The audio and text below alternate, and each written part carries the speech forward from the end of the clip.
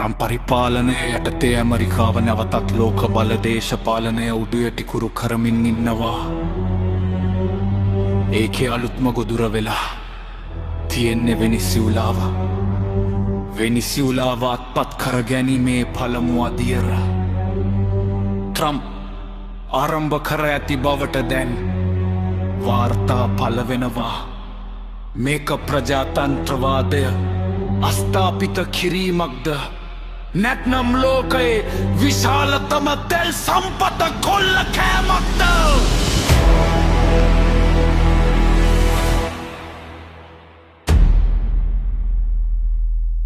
වෙනිසියුලාව කියන්නේ ලෝකයේ වැඩිම තෙල් නිදි තියෙන රට.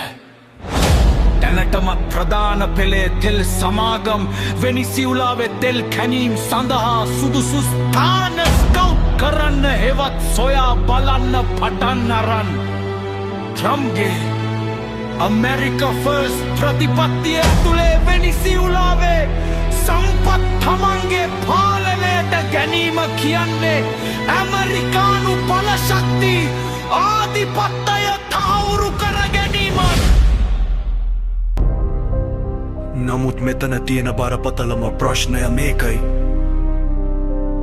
වෙනත් ස්වෛරී රටක අභ්‍යන්තර දේශපාලනයට ඇඟිලි ගහමින් එරටේ සම්පත් තමන්ගේ සමාගම් වලට ලබාදීමට මාවත සකස් කිරීම සදාචාරාත්මකද?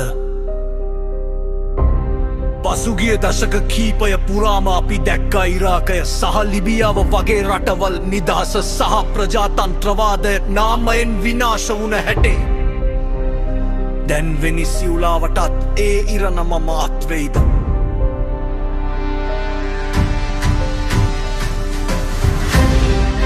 බටහිර මාධ්‍ය මේක පෙන්වන්නේ මානුෂීය මෙහෙයුමක් වගේ වුණත් ඇත්ත කතාව තියෙන්නේ තෙල් බැරල් මිල ගණන් සහ බහුජාතික සමාගම් වල ලාභය මතයි.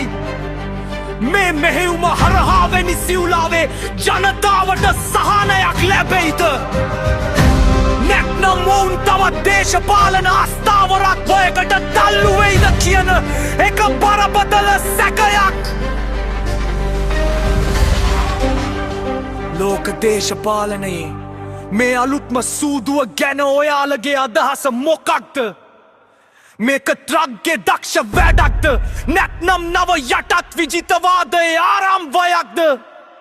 පහලින් කමෙන්ට් කරන්න මේ වගේ තවත් වික්‍රයන් බලන්න අපිව ෆලෝ කරන්න.